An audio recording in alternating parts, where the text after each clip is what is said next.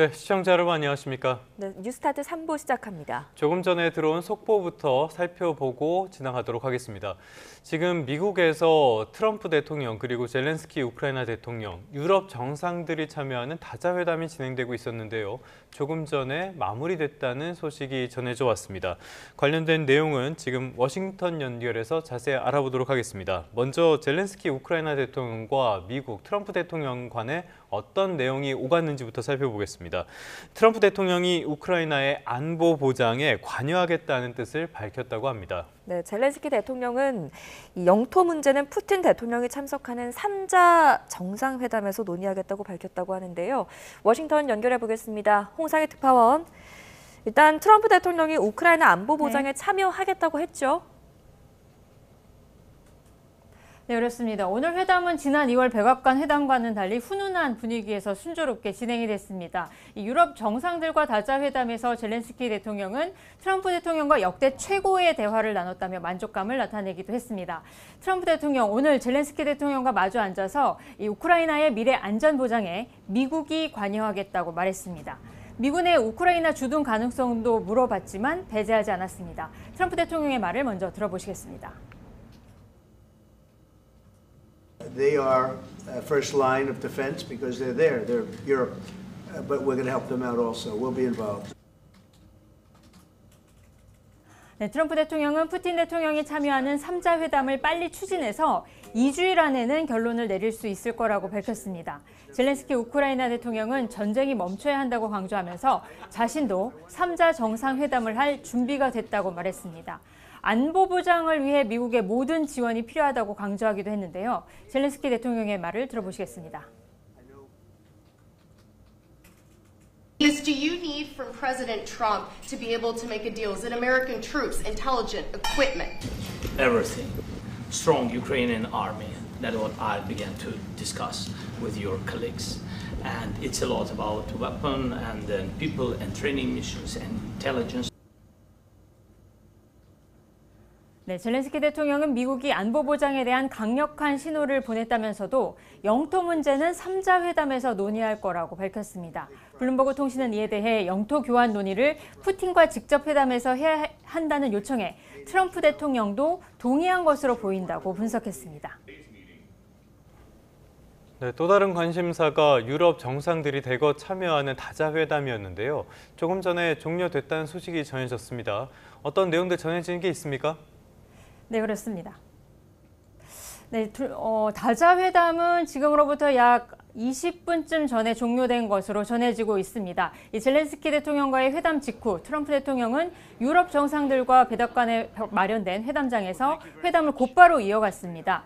EU 집행위원장과 나토 사무총장 그리고 5개국의 유럽 정상들이 참여한 장소에서 정상회의가 진행이 됐습니다. 예상보다 좀 길게 진행이 됐는데요. 이 유럽 5개 정상과 EU 집행위원장까지 참석해서 이례적으로 이 회담에 참여한 것은 우크라이나에 대한 불리한 협상을 막기 위한 행보로 보입니다.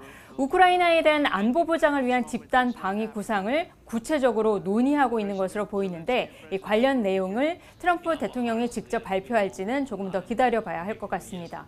회원국을 집단 방위하는 나토 조약 5조와 유사한 방식으로 우크라이나의 안보를 보장하는 안에 이 다자회담에서 어떤 의견이 모아졌는지 관심이 집중되고 있습니다. 네, 러시아는 우크라이나는 물론 유럽 정상들이 참여하는 회담에 경계심을 보이고 있죠. 네, 그렇습니다. 러시아는 이번 회담에 회담 직전에 논평을 발표하면서 경계심을 보였습니다. 러시아 외무부 대변인이 밝힌 논평에서 우크라이나에 나토군이 배치되는 시나리오를 단호히 거부한다라는 기존 입장을 다시 밝혔습니다. 그러면서 우크라이나에 나토군이 배치가 되면 예측 불가능한 결과가 초래될 거라고 경고했습니다. 특히 지난주에 영국과 프랑스가 휴전 시 우크라이나에 병력을 파견할 가능성을 언급한 데 대해 강력히 반발하면서 영국이 지금 이 힘든 협상 작업에 개입하지 않기를 촉구한다고 말했습니다. 회담을 앞두고 있었던 오늘 새벽에는 이 러시아가 우크라이나를 공격해 사상자가 속출했습니다. 우크라이나 하르키우시에서는 드론의 아파트 공격으로 생후 1살 반 아기를 포함해서 7명이 숨지고 수십 명이 다쳤습니다. 젤렌스키 대통령은 러시아가 자신이 트럼프 대통령과 종전을 위한 회담을 한다는 사실을 알고 있으면서도 공격에 나섰다면서 이것이 우크라이나에 대한 안보 보장이 필요한 이유라고 강조했습니다. 지금까지 워싱턴에서 전해드렸습니다. 네, 유럽적 분위기 조금 더 자세히 알아보겠습니다. 유럽 주요국 정상들은 무엇보다 미국이 언급한 나토의 안보 보장 방안에 대해서 기대감을 나타냈습니다. 미러 우크라이나의 3자 정상회담 이후 유럽까지 참여하는 4자 정상회담도 필요성도 제기됐습니다. 런던 연결합니다. 조수연 특파원, 자세한 소식 전해주시죠. 네, 백악관에서 도널드 트럼프 미국 대통령과 볼로디미르 젤렌스키 우크라이나 대통령의 양자 회담 후 유럽 정상들도 참여하는 다자 회담이 이어졌는데요.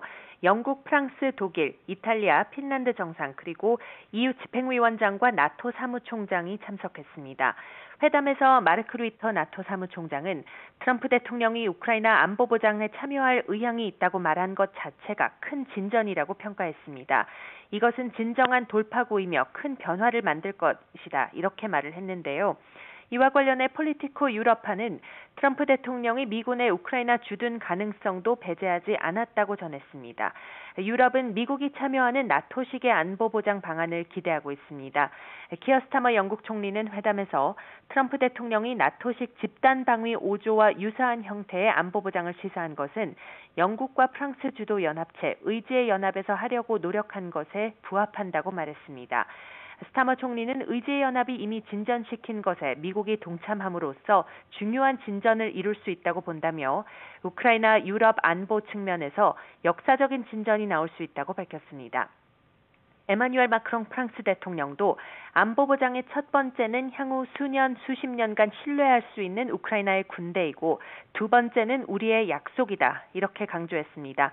또 안보 보장은 유럽 대륙 전체의 안보를 의미하는 만큼 향후 미러 우크라이나의 3자 정상회담 이후 유럽까지 참여하는 4자 정상회담도 필요하다고 주장했습니다. 유럽 정상들은 최우선적으로 휴전이 필요하다는 입장도 재확인하면서 선휴전 후 협상을 하자는 젤렌스키 대통령 주장에 힘을 실어줬습니다. 유럽 지도자들이 대거 미국을 찾은 데는 지난 2월 젤렌스키 대통령과 트럼프 대통령의 정상회담이 파국으로 끝난 상황과 같은 외교 참사를 막으려는 뜻도 있었는데요. 특히 이번 양자회담에서 트럼프 대통령은 젤렌스키 대통령과의 친근감을 드러내거나 발언하라고 독려하는 배려의 모습도 보였고요. 또 젤렌스키 대통령도 더 여유로운 모습을 보이는 등 별다른 충격 요소 없이 마무리됐습니다. 지금까지 런던에서 YTN 조수연입니다. 다음 소식입니다. 김정은 북한 국무위원장이 정례 한미연합훈련인 을지 자유의 방패 연습과 관련해 또다시 감행되는 한미 합동군사연습은 북한의 가장 적대적이며 대결적인 의사를 숨김없이 보여주는 뚜렷한 입장 표명이라고 비난했습니다. 조선중앙통신은 김 위원장이 평안남도 남포조선소를 방문해 북한의 신형 5,000톤급 구축함인 최연호의 무장체계 통합운영시험 과정을 점검하면서 이같이 말했다고 보도했습니다. 김 위원장은 한미의 심화하는 군사적인 결탁과 군사력 시위 행위들은 가장 명백한 전쟁 도발 의지의 표현이라면서 지역의 평화와 안전 환경을 파괴하는 근원이라고 주장했습니다. 그러면서 조성된 정세는 북한이 현존 군사 이론과 실천에서의 획기적이고도 급속한 변화와 핵무장화의 급진적인 확대를 요구하고 있다고 강조했습니다. 지난 광복절 경축사를 통해서 남북관계 개선 의지를 밝힌 이재명 대통령이 북한에 거듭 손을 내밀었습니다. 기존 남북 합의 중에 가능한 곳부터 단계적으로 준비하라고 지시했는데요. 곧 구체적인 긴장 완화 조치가 나올 것으로 보입니다. 강진원 기자입니다. 노란색 민방위복을 입은 이재명 대통령이 취임 이후 첫 을지 국무회의를 주재했습니다. 18일부터 21일까지 나흘 동안 진행되는 범정부 차원의 비상대비 훈련을 점검하기 위해서입니다. 이 대통령은 을지 연습을 통한 안보 태세 파악과 위기관리 능력 제고의 중요성을 강조했습니다. 전통적인 군사 위협을 넘어서서 경제, 기술, 환경 요소 등이 얽힌 복합 위기에 대비한 통합적인 안보 역량이 필요한 상황입니다. 진짜 유능한 안보는 평화를 지키는 것이란 대북정책 소신 또한 재차 꺼내들었습니다. 작은 실천이 쌓이면 신뢰가 회복될 거라며 굳건한 대비태세 위에서 긴장 완화 조치를 일관되게 추진하겠다는 뜻을 분명히 밝혔습니다. 관련 부처는 기존 남북 합의 중에서 가능한 부분부터 단계적인 이행을 준비해 주시기 바랍니다. 접경지에서 군사훈련 중단 등 9.19 군사합의의 선제적, 단계적 복원 등이 우선 거론됩니다. 이 대통령은 비공개 을지 국가안전보장회의, NSC 전체 회의에서도 대북 유화 기조를 이어갔습니다. 을지 연습은 전시에 우리 국민을 보호하기 위한 방어적 성격이라며 북한을 공격할 의도가 전혀 없다고 못 박았습니다. 을지 연습은 우리 국민의 생명과 안전을 지키는 방어적 성격으로 이를 통해 북한을 공격하거나 한반도 긴장을 고조시키려는 의도가 없음을 분명히 했습니다. 북한이 우리 측의 전시 대비 훈련에 민감하게 반응하는 걸 고려한 언급으로 보입니다. 남북 간 불신의 벽이 여전히 높은 상황에서 이재명 대통령에 잇따른 신뢰 회복 메시지가 대화에 물꼬를 틀 수 있을지 주목됩니다. YTN 강진원입니다. 내란 특검이 오늘 한덕수 전 국무총리를 피의자 신분으로 다시 불러서 조사합니다. 비상계엄 당시 총리로서 역할을 다 했는지, 되려 계엄 선포에 가담을 한 것은 아닌지 등을 조사할 것으로 보입니다. 이경국 기자입니다. 한덕수 전 국무총리는 지난달 2일 내란 특검에 처음 출석해 고강도 조사를 받았습니다. 오늘 좀 어떤 부분 중점적으로 설명하셨는지요? 피의자 신분이었지만 사실상 윤석열 전 대통령 혐의 규명을 위한 참고인 조사 성격이 강했습니다. 특검이 한 달여 만인 오늘 오전 9시 반 한 전 총리를 다시 소환했습니다. 특검은 한 전 총리가 계엄 당시 대통령의 제1보좌기관이자 국무회의 부의장으로서 헌법적 책무를 다했는지, 이와 관련해 형사 책임을 물을 부분은 없는지 조사한다는 계획입니다. 특히 최상목 전 경제부총리 등 국무위원들을 불러 조사한 내용, 자택 압수수색에서 확보한 자료를 토대로 한 전 총리가 계엄 선포에 가담한 건 아닌지 추궁할 전망입니다. 한 전 총리는 이미 윤 전 대통령이 법률적 결함을 보완하려 사후 계엄 선포문을 작성하고 폐기했다는 혐의에 공범으로 지목돼 있습니다. 또 국회 등에 나와 계엄 당시 관련 문건을 본 적이 없다고 거짓으로 증언한 혐의도 받고 있습니다. 계엄 선포 뒤 한 전 총리가 추경호 당시 국민의힘 원내대표와 통화한 사실도 확인된 만큼 특검은 계엄 해제 표결 방해 의혹 관련 내용도 함께 조사할 것으로 보입니다. 특검은 조사 이후 사실관계 등을 살펴본 뒤 구속영장을 청구할지 결정할 방침입니다. YTN 이경국입니다. 김건희 씨가 조사에 출석하고도 진술 거부권을 이어가는 가운데 특검이 내일 재소환을 통보했습니다. 민중기 특별검사팀은 어제 김건희 씨에 대한 조사를 마친 뒤 오는 20일에 다시 나와서 조사를 받으라고 통보했습니다. 지난 12일 구속된 김 씨는 14일에 이어 어제 특검 조사에서도 대부분 혐의에 대해 진술 거부권을 행사한 것으로 파악됐습니다.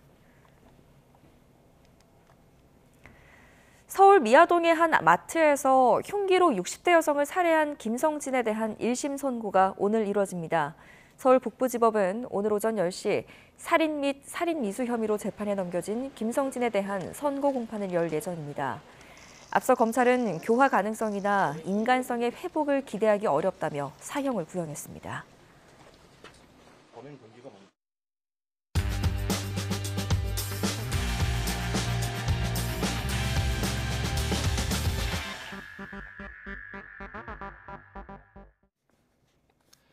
8월 19일 화요일 스타트 브리핑 시작합니다. 먼저 중앙일보입니다.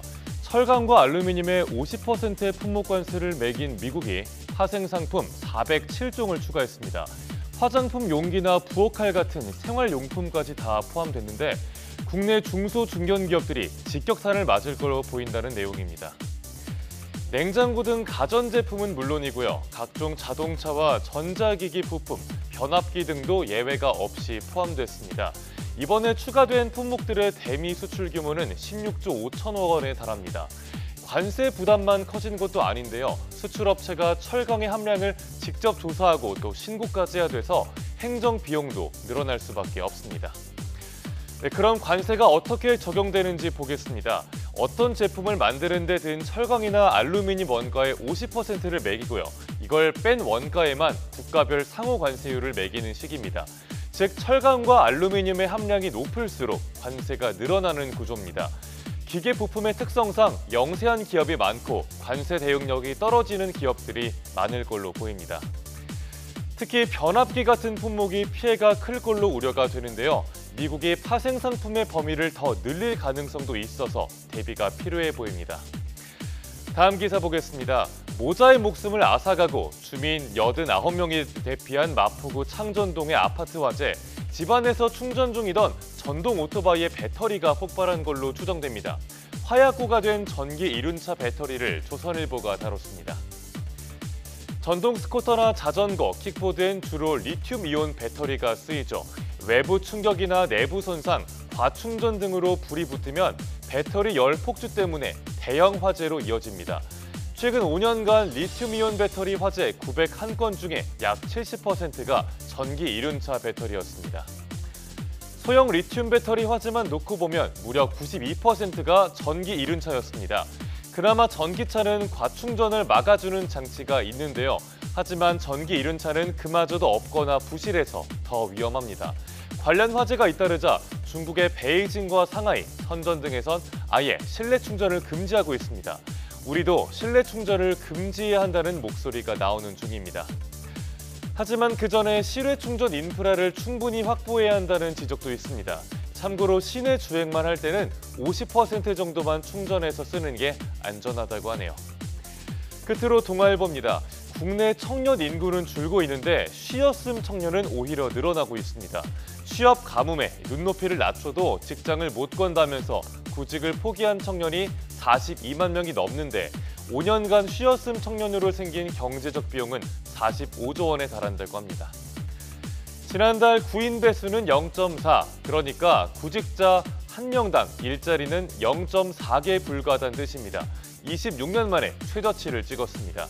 이렇게 취업문을 뚫기가 어려우니 취업에 나서지 않는 청년들이 늘고 있는 겁니다.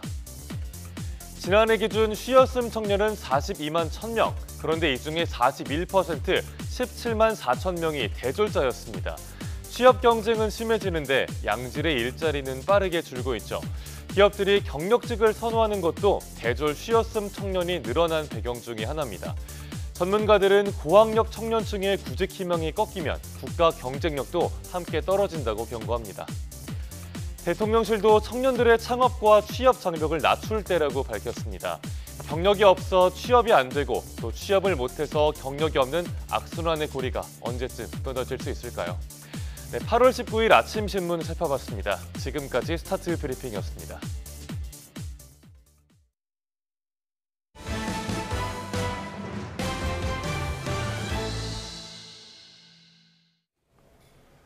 현대차 노조가 올해 단체 교섭 결렬을 선언하고 쟁의 절차에 들어갔습니다. 임금 인상 외에도 정년 연장과 주 4.5일제 도입 등을 요구하면서 7년 만에 파업이 현실화할 가능성이 제기됩니다. 보도에 오태인 기자입니다. 현대차 노조가 올해 임단협 협상 결렬을 선언했습니다. 노조는 기본급 14만 1,300원 인상과 작년 순이익의 30% 성과급 지급, 통상임금의 각종 수당 포함 등을 요구했습니다. 또 60살인 정년을 국민연금을 받는 64살까지 늘리고 주 4.5일제를 도입해야 한다고 주장했습니다. 그러면서 사측이 지난해 14조 원이 넘는 영업이익을 내고도 성실히 교섭에 응하지 않는다며 비난했습니다. 성실 교섭을 위해 모든 노력을 다했지만 사측은 조합원의 정당한 요구를 외면하고 오히려 양보와 희생만을 강요했습니다. 특히 미국 수출 자동차에 적용되는 관세를 두고 노사는 큰 견해차를 보였습니다. 노조는 관세 문제는 세계 모든 자동차 업계가 겪는 일이고 불확실성이 해소되고 환율도 올라 오히려 유리하다고 주장했습니다. 상반기까지 이제 실적 영업이익률을 봤을 때는 회사가 과도한 불안에 대한 조성 그리고 현장 조합원들이 느끼기에 작년에 영업이익에 걸맞는 성과 분배에 대한 여력이 충분히 있음에도 불구하고 반면사 측은 관세 부과로 미국 시장에서 가격 경쟁력이 떨어질 수밖에 없고 경기 둔화로 불확실성도 커졌다고 맞받았습니다. 이런 상황에서 지난해 실적만으로 교섭하는 것은 문제가 있다고 밝혔습니다. 노조는 중앙노동위원회 1, 2차 조정회의를 거친 뒤 오는 25일 파업 찬반 투표를 통해 파업권을 확보한다는 계획입니다. 조합원들이 파업을 선택할 경우 현대차는 7년 만에 파업에 들어갈 수 있습니다. 내수 침체와 미국의 관세 압박 속에 현대차 노사가 접점을 찾을 수 있을지 노동계는 물론 산업계 전반에 관심이 커지고 있습니다. YTN 오태인입니다.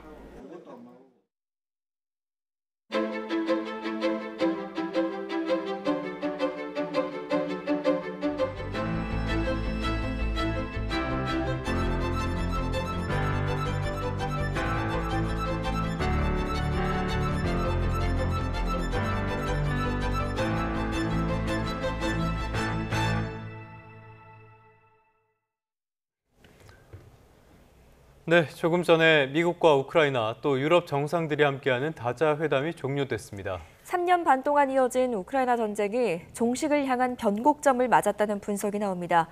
권기창 전 우크라이나 대사 모시고 이야기 나눠보겠습니다. 어서 오십시오. 안녕하십니까, 대사님. 네. 전반적으로 간밤에도 여러 소식들이 전해졌는데요. 대사님은 어떻게 보셨습니까? 네, 지금 지난 3년 반 동안 질질 끌던 이제 협상이 이제 본격 궤도에 올랐다고 볼 수 있습니다.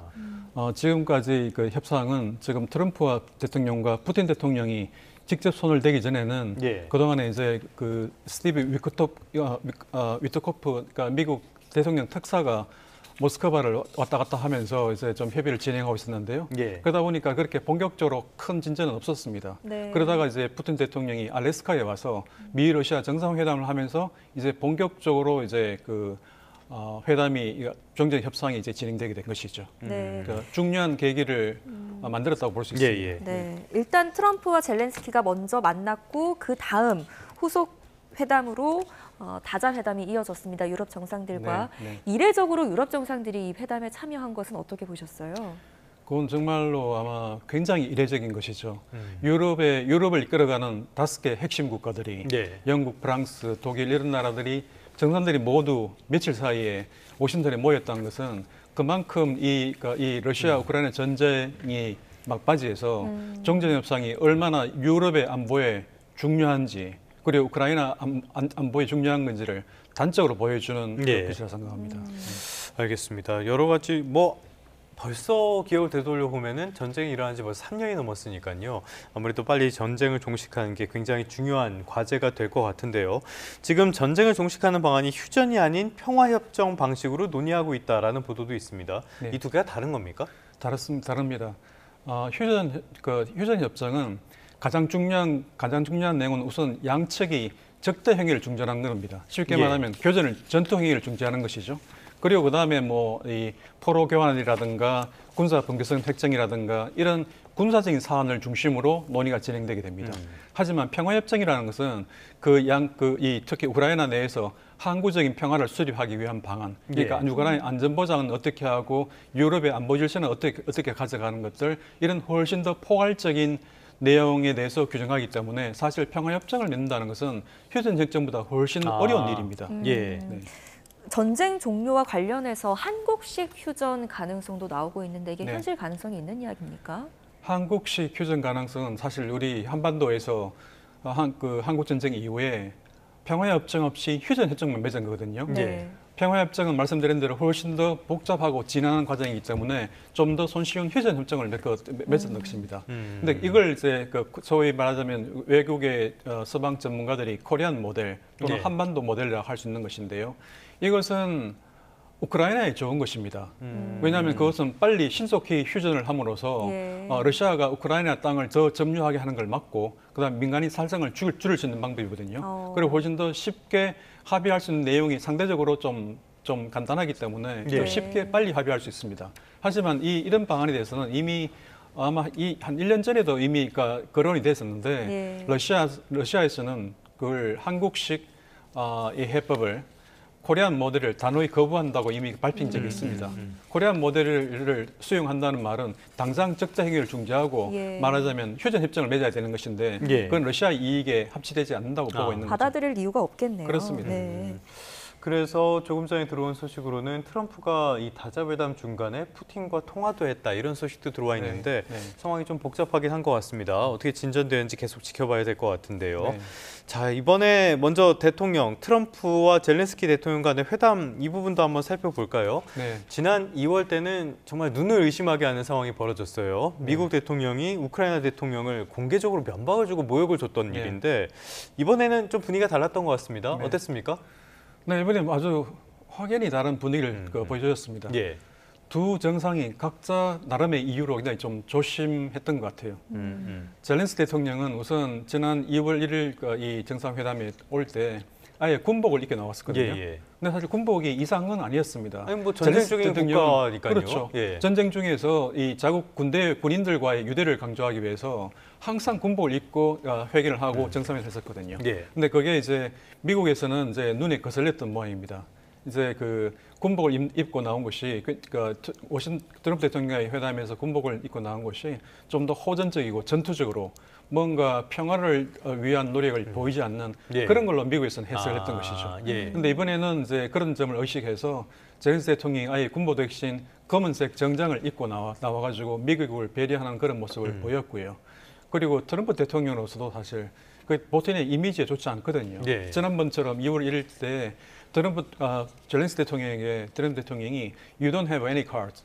당신은 아무런 카드가 없다. 이런 얘기를 몇 번을 반박하면서 면박을 줬거든요. 굉장히 이미지가 안 좋아졌죠. 그렇죠. 그래서 아마 트럼프 대통령도 이제 그런 이미지를 불식고자 훨씬 더 우호적으로 돼 있던 것 같습니다.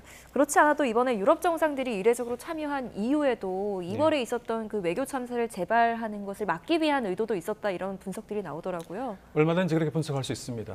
젤렌스키 대통령이 혼자 워싱턴에 가서 이제 트럼프 대통령을 만났다가는 또 저런 일이 재발될 수 있으니까 아무래도 5개국 프랑스, 독일, 이 영국 이게 핵심 유럽 5개국 정상들이 같이 가서 이제 백업 지원하는 모양새를 취하면은 트럼프 대통령이 젤렌스키를 함부로 모욕하지 못할 거라는 그런 계산이 있었을 거고요. 근데 그보다 더 중요한 문제는 유럽 정상들이 가면은 이제 우크라이나에 대한 어떤 집단 안전보장 문제, 우크라이나 안전보장을 어떻게 해주냐는 결국 그 핵심적인 것은 유럽 국가들에 달려 있습니다. 유럽 국가들의 어떤 군대를 어떻게 우크라이나에 배치를 하느냐 아니면 다른 방식으로 집단 안전보장을 택하느냐 그런 게 걸려있기 때문에 유럽 정상들의 역할은 거기에 더 주안점이 있다고 볼 수 있겠습니다. 그런데 또 하나 근본적으로 봤을 때요. 지금 트럼프가 너무 러시아 쪽에 경도돼 있다 이런 지적들이 계속 나오잖아요. 이번 회담을 통해서 그런 입장들이 약간 바뀌었다라고도 볼 수 있습니까? 뭐 지금 나온 걸로 봐가지고는 약간 바뀌었다는 정도 있으면 크게는 변하지 않은 것 같습니다. 크게 변하지 않은 것다는 말은 무슨 말이냐면 바로 지난주에 알래스카에서 열렸던 미국 러시아 정상회담에서 푸틴 대통령이 제안한 평화협정 체결, 휴전협정 대신에 평화협정을 체결하는 그런 방식에 대해서 트럼프 대통령 좋은 생각이라고 전폭적인 지지 의사를 밝혔거든요. 그건 완전히 러시아에 유리한 방식입니다. 그런 거 해서 또 지금 공은 젤렌스키 대통령에 넘어가 있다. 젤렌스키 대통령이 러시아의 방안에 합의해야 된다. 이런 내용을 일방적으로 말하는 것은 공정한 중재자로서의 그런 태도가 아닙니다. 그렇기 때문에 지금 젤렌스키 대통령과 우크라이나 국민들 그리고 서방 지도자들은 굉장히 우려를 가진 채 지금 워싱턴으로 향했던 것이죠. 지금 러시아는 어찌됐건 그 돈바스 지역을 원하고 있고 젤렌스키는 그것을 거부하고 있는 상황이지 않습니까? 이번 회담에서 영토 분할 문제 어떤 식으로 좀 얘기가 오갔을까요?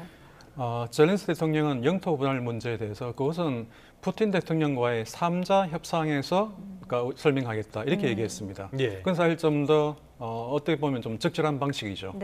그걸 지금 러시아가 푸틴 대통령이 제안한 영토 분할 방식은 돈바스에서 러시아군이 점유하지 못한 약 한 6,500평방킬로미터를 러시아가 가져가고 그다음에 러시아가 점유하고 있는 우크라이나 땅 하르키우주의 일부 땅과 수미의 일부 땅을 그걸 우크라이나에 돌려준다는 것인데 그 땅은 한 400평방미터 정도밖에 되지 않습니다. 그러니까 열 몇 배의 땅을 러시아가 더 많이 가져가겠다는 것인데 그것은 젤렌스키 대통령이 쉽게 양보할 수 있는 방안이 아닙니다. 그것은 우크라이나 국민들의 사실은 전반적인 지지도 필요한 사항이고 궁극적으로 가서는 국민 투표까지 해야 되는 사항인데 일단은 미국 트럼프와의 양자회담에서는 그 방안을 얘기하지 않은 것 같고 그래서 이 푸틴 대통령과 트럼프 대통령과의 3자 회담에서 그때 우크라이나 입장을 밝히겠다. 현재 그렇게 하고 넘어간 상태입니다.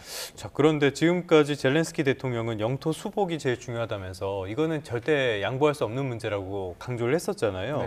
그런데 지금 돌아가는 상황을 보면은 양보하지 않고는 버틸 수가 없는 상황이 되는 것 같은데 대사님께서는 어떻게 보십니까?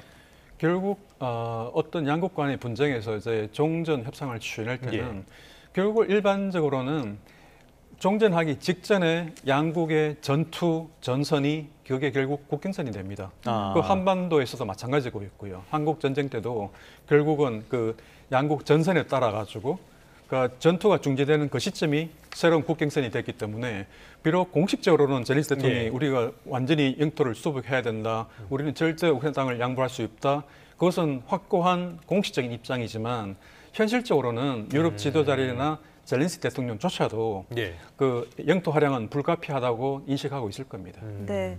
자, 그런가 하면 트럼프 대통령이 이제 안보 보장과 관련해서 미국도 개입할 것이다, 관여할 것이다 이런 입장을 밝혔거든요. 현실 가능성이 있을까요? 네, 그 부분이 어떻게 보면 지금 젤렌스키 대통령과 트럼프 대통령 간의 지금 워싱턴 양자회담에서 새롭게 나온 부분입니다. 왜냐하면 트럼프 대통령은 과거에 지금 우크라이나 전쟁은 유럽의 전쟁 아니냐. 그러니까 안전보장도 그냥 유럽이 알아서 해라. 미국은 관여하지 않겠다. 그게 트럼프 대통령 입장이었거든요. 근데 지금 트럼프 대통령이 미국도 관여하겠다는 말하는 부분은 어느 정도 그러니까 유럽 군이 안전보장을 제공하더라도 미국이 적극적으로 돕겠다는 얘기인데 근데 관건은 과연 미국이 돕겠다는 그 부분이 어느 부분을 말하는 건지 그게 아주 넓은 스펙트럼이 있거든요. 가장 약하게는 미군이 그냥 제공하는 정보 제공부터 있을 수가 있고 또 가장 넓은 분야에서는 미군을 투입하는 것도 있는데 그 사이에서 무기 제공한다거나 우크라이나군을 훈련시킨다거나 그다음에 이제 우크라이나 주변국에 있는 미군과 무기를 유사시에 동원한다든가 그런 방안도 있기 때문에 과연 트럼프 대통령이 무엇을 말하는 것에 대해서는 앞으로 우리가 회담을 지켜봐야 될 것 같습니다. 알겠습니다. 어떤 상황이 될지는 아직 너무 의문점이 많고 불확실한 점이 많은 것 같은데요. 일단 서방 쪽이나 우크라이나 쪽에서는 미군 그리고 나토군 이런 쪽이 직접 주둔하는 것들 이런 것들을 이야기를 하고 있는데 또 이러다가 또 방위비 내놓으라고 협박할지도 모르겠네요. 어찌됐든 그런데 러시아 쪽에서는 이거는 받아들일 수가 없는 문제 아닌가요? 어떻게 보십니까? 네, 지금 그 부분이 어떻게 보면 좀 그러니까 이해관계가 극명하게 상충되는 부분입니다. 유럽 국가들이 그리고 미국이 우크라이나 제대로 안전 보장을 하려면은 유럽군이 종전 후에 한 5만 명 정도가 우크라이나에 주둔하고 그다음에 미군의 병력이나 장비, 무기로 그걸 백업해주는 말하자면 지원해주는 그런 형태가 좀 가능한 시나리오인데요. 지금 러시아는 그 나토 회원국이 우크라이나 땅에 들어가는 건 적극적으로 반대한다. 지금 그러고 있지 않습니까? 그러면 제3의 방안은 예를 들어서 유럽의 국가들의 의지의 연합, 그러니까 우크라이나를 군사적으로 도급시키는 국가들이 하나의 어떤 연합체를 만들어서 거기서 나토 규약 5조 같은 것을 발동시켜서 만약에 우크라이나가 공격받으면 그 나라 국가들이 신속히 개입한다. 예를 들면 그런 방식은 러시아가 반대하지 할 수 없는 아마 그런 방안이 될 겁니다. 미국의 안전보장이 어떤 범위, 얼마만큼의 범위로 이루어질지는 아직 정해지지 않았지만 미군이 주둔할 가능성도 있지 않습니까? 근데 미군은 괜찮은데 나토군은 안 된다. 이건 어떻게 봐야 됩니까? 미군이 주둔한다는 말은 사실 제가 볼 때 미군이 주둔하지는 않을 겁니다. 미군이 이 전쟁, 러시아와 전쟁에서 이미 바이든 행정 때부터 확고하게 그러니까 만들어둔 전략과 원칙 중에 하나가 나토군과 러시아군이 직접 무력 충돌을 하지 않는다는 것이었거든요. 근데 그런 방침은 지금 트럼프에도 마찬가지입니다. 트럼프 대통령 오히려 그런 생각이 더 강하게 가지고 있죠. 그렇기 때문에 미군이 우크라이나 땅에 들어가지는 않을 거고 만약에 미국이 할 수 있는 최선의 방안은 프랑스나 영국 같은 군들이 한 5만 명 정도가 우크라이나 땅에 들어가고 그리고 만약에 이 유럽연합군이 러시아로부터 공격을 받을 경우에는 그 주변 나라에 있는 미군이 병력과 이제 장비를 동원해서 지원한다. 아마 그 정도가 아마 최선일 겁니다. 네. 알겠습니다. 상당히 복잡한 상황이라고 할 수가 있는데 일단은 우크라이나 쪽에서는 신뢰할 만한 안전 보장이 필요하다 강조를 하고 있고요. 지난 크림반도 강제합병 이런 것들 안보 보장이 이행되지 않았다는 점을 짚기도 했는데 이건 무슨 이야기입니까? 그건 사실 그 1994년 이 헝가리에 열렸던 이 부다페스트 각서, 거기에 94년도에 러시아, 우크라이나, 미국 등 국가들이 참여해서 맺은 하나의 정치적 문서였습니다. 조약은 아니었고요. 거기서 보면은 우크라이나가 당시 소련으로부터 건네받았던 핵무기와 그다음에 그 ICBM 이 장거리 미사일을 다 폐기하는 대신에 그 우크라이나의 안전 보장을 확약받았던 내용이거든요. 그리고 그 러시아를 포함해서 각국은 우크라이나 국경선이 침범되지 않도록 확인받았습니다. 그럼에도 불구하고 2014년도에 러시아는 조용히 군대를 보내서 그렇죠. 유로마이단 혁명이 일어난 직후에 군대를 보내서 크림반도를 불법 점령해버렸죠. 그렇죠. 그러니까 이건 이미 그러니까 우크라이나에 대한 안전 보장이 문서로 됐던 안전 보장이 휴지조각이 돼버리는 그런 뼈아픈 과거가 있습니다. 그러니까 젤렌스키 대통령이 말했던 것은 그런 것이었죠. 그러니까 그보다 더 확실한 이번에는 정말로 지킬 수 있는 확실한 안전 보장이 필요하다. 그것을 강조하고 있는 것입니다. 네. 젤렌스키 입장에서는 충분히 그런 것들을 요구할 수 있겠네요. 그렇습니다. 네. 자, 이번에 오늘 이제 회담이 잘 되면 트럼프 입장에서는 이제 더 나아가서 푸틴과 3자 회담도 이루어질 수 있다 이런 이야기를 했었는데 어느 정도로 빨리 이루어질 거라고 보세요? 저는 이주 내에 3자 협상이 이루어질 가능성은 굉장히 높다고 봅니다. 이건 다른 것이 아니라 트럼프 대통령이 그걸 밀어붙이겠기 때문에 전 세계 나라 중에서 러시아와 우크라이나에 대해서 역시 두 나라 다에서 강한 레버리지, 강한 영향력을 갖고 있는 나라는 미국밖에 없거든요. 그렇죠. 그런 나라의 대통령이 저렇게 2주 안에 3자 협상을 하겠다 그러면 그렇게 하면 하게 될 가능성이 99%라고 봐야 되겠죠. 그러니까 젤렌스키 대통령과 유럽 정상들은 거기에 맞춰서 준비할 겁니다. 우리나라도 휴전 과정을 보면은 휴전까지 가는 데 있어서 굉장히 지난한 과정이 있지 않았습니까? 3자 회담은 말씀하신 것처럼 이번 주 안에 열릴 가능성이 있다고 해도 여기에서도 이제 어떤 결론을 도출할 수 있느냐 이런 문제는 또 다른 문제잖아요. 결론 도출까지는 어떻게 전망을 하십니까? 결국은 가장 중요한 것은 그 2주 후에 3자 회담이 열렸을 때 영토 획정 문제와 그다음에 이제 우크라이나에 대한 안전 보장 문제가 될 겁니다. 그 두 문제가 서로 걸려 있거든요. 그러니까 우크라이나 젤렌스키 입장에서 볼 때는 아주 확고한 유럽과 미국이 우크라이나에 대해서 확고한 안전 보장, 즉 이번에 그러니까 조약을 이 평화 협정을 맺으면 그 다음에 앞으로 러시아가 침공하지 못할 것이라는 아주 확실한 보장. 그런 게 있다면 우크라이나 땅에 대해서 좀 더 유연하게 나갈 수 있는 것이죠. 그런데 그런 확고한 안보 보장이 보이지 않는데 우크라이나 땅을 갖다가 많은 규모의 면적 땅을 양보한다. 그건 생각이 힘든 문제거든요. 그러니까 이 두 사안이 서로 결부되어 있다고 보시면 됩니다. 쉽지는 않겠네요. 알겠습니다. 자, 트럼프 대통령이라는 인물에 대해서 좀 분석을 해보자면 이렇게 뭐 이스라엘 전쟁도 그렇고 우크라이나 러시아 전쟁도 그렇고 이렇게 적극적으로 전쟁 종식에 나서는 건 또 다른 의도가 있을 것이다 이런 분석이 나오거든요. 노벨 평화상 노린다 이런 이야기가 나오던데 어떻게 그렇습니다. 보세요? 그것은 이미 공공연한 사실인 것이죠. 트럼프 대통령이 아마 남은 본인의 마지막 소망이 있다면 그건 아마 노벨상을 타는 것일 겁니다. 부동산 재벌로 거대한 부를 일궜고 그다음에 미국 대통령까지 됐습니다. 나머지 본인이 마지막 이제 받기를 원하는 것은 노벨 평화상일 거고요. 실제로 보면 역대 미국 대통령들 중에서 단지 10%만이 노벨 평화상을 받았습니다. 그러니까 본인이 그런 꿈꿀만 하고 이미 그 트럼프 1기 대통령 때 아베 신조 당시 일본 총리에 부탁해서 자기를 노벨 평화상으로 추천해달라. 그렇게 부탁해서 이미 아베 신조 총리가 추천한 적도 있고요. 지난주에도 지금 보도가 나온 걸 보면 노르웨이 재무장관에다가 전화를 해가지고 노르웨이 관세 협상과 더불어 노벨 평화상 문제를 거론했다고 합니다. 그런 걸로 봐서도 노벨 평화상에서 얼마나 강한 역량을 갖고 있는지 알 수 있겠습니다. 알겠습니다. 최근에 보니까 네타냐후 이스라엘 총리도 노벨 평화상 후보로 추천을 했다라는 소식이 들었는데 그것만으로도 결격 사유가 되지 않을까라는 생각도 좀 들기도 하고요. 자, 그런데 문제는 이 트럼프 2기가 출범한 이후에 세계 정세가 굉장히 급격하게 위험해졌다는 점이에요. 최근 보면은 트럼프가 친권위주의적인 행보도 많이 보이는데 이런 행보들 좀 어떻게 보고 계십니까?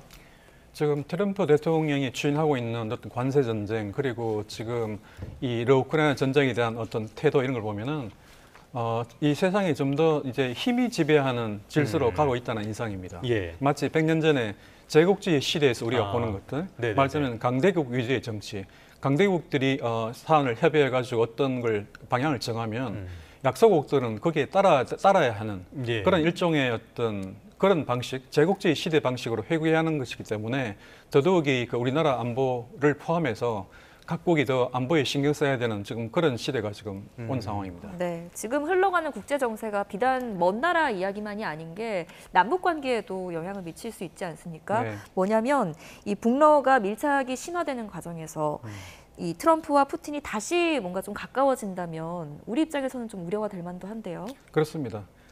트럼프 대통령이 이제 이렇게 종전 협상을 통해서 푸틴 대통령과 더욱더 가까워지게 된다면 한반도에서 푸틴 대통령의 영향이 더 커진다는 것을 의미하는 것이거든요. 예. 그렇게 되면 이제 나중에 러우 전쟁이 끝나게 되면 트럼프 대통령은 언젠가 이제 북한과의 어떤 핵 문제 해결에 나설 텐데 그런 때 이제 푸틴 대통령이 중재를 할 수도 있고요. 네. 그다음에 당시 러시아와 북한의 이해관계가 더 한반도에 더 반영이 될 거기 때문에 네. 우리로서는 더 우리 안보에 더 우려가 되는 상황이 더 진행될 수가 있겠습니다.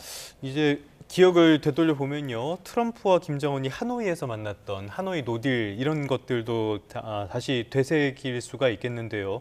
자, 이 과정에서 북한이 우리나라를 또 제외하고 트럼프와 양자회담을 한다. 이런 것들도 충분히 가능한 시나리오 아니겠습니까? 네. 이런 상황에서 우리는 어떻게 대응을 해야 됩니까?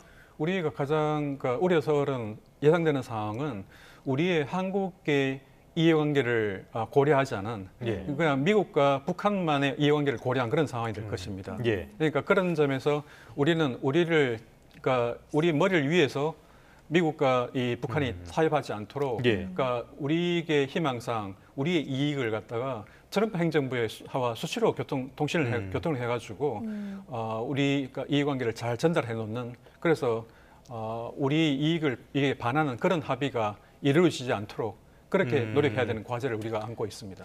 알겠습니다. 일단은 트럼프와 김정은 다시 대화 시도할 가능성, 요거 자체는 어떻게 보세요?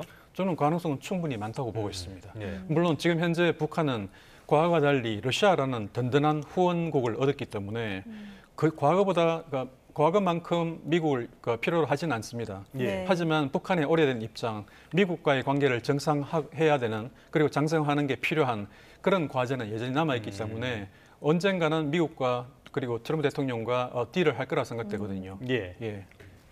알겠습니다. 조금 전에 들어온 소식이 하나 있는데요. 트럼프 대통령이 푸틴 러시아 대통령 그리고 젤렌스키 우크라이나 대통령과의 양자 회담을 조율하고 있다라는 밝혔다고 소식이 들어와 있습니다. 트럼프 대통령이 자신의 SNS에 올린 글의 내용인데요. 지금까지 계속 이야기가 나온 것처럼 미국이 참여하는 러시아, 우크라이나 이렇게 3자 회담을 추진하고 있다는 소식이 조금 전에 들어와 있습니다.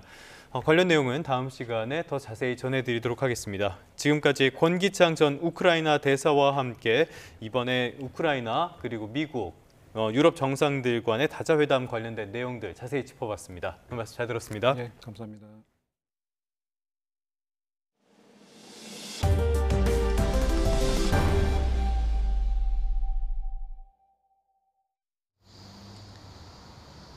네, 현재 서울은 하늘빛이 흐리기만 합니다. 어제부터 수도권과 강원도를 중심으로는 비 예보가 있었는데요. 하지만 예상과 달리 북쪽의 비구름이 우리나라로 남하하기 어려운 것으로 나타났습니다. 다만 오늘 오전까지는 중서부 지방을 중심으로 5에서 20mm 정도의 산발적인 비가 내릴 수 있다는 점 참고하셔야겠습니다. 네, 당분간 더위도 계속될 것으로 보입니다. 다가오는 토요일이 절기 처서인데요. 하지만 더위의 기세가 꺾일 줄을 모르고 있습니다. 당분간 열대야와 33도 안팎의 더위는 계속될 것으로 보입니다. 자세한 지역별 기온부터 살펴보겠습니다. 곳곳에서 열대야와 초열대야 수준의 밤더위가 나타났습니다. 현재 강릉 30.3도, 서울과 전주 27도를 보이고 있고요. 한낮에는 서울 31도, 광주와 대구 35도까지 크게 오르겠고 소나기까지 가세하면서 습도를 높이겠습니다. 소나기는 경기 동부를 비롯한 내륙을 중심으로 오후 한때 지나겠고요. 양은 5에서 40mm 정도가 되겠습니다. 내일도 중북부 지방 곳곳에는 또 한 차례 비가 조금 내리겠습니다. 남은 한 주간 밤낮 없는 무더위는 계속될 전망입니다. 내일까지 동해안을 중심으로는 초속 15m 안팎의 강한 바람이 불겠습니다. 시설물 관리와 안전사고에 각별히 유의하시기 바랍니다. 지금까지 YTN 원희다입니다. 네, 8월 19일 YTN 뉴스타트 모두 마무리하겠습니다. 오늘 아침도 저희와 함께해 주셔서 고맙습니다.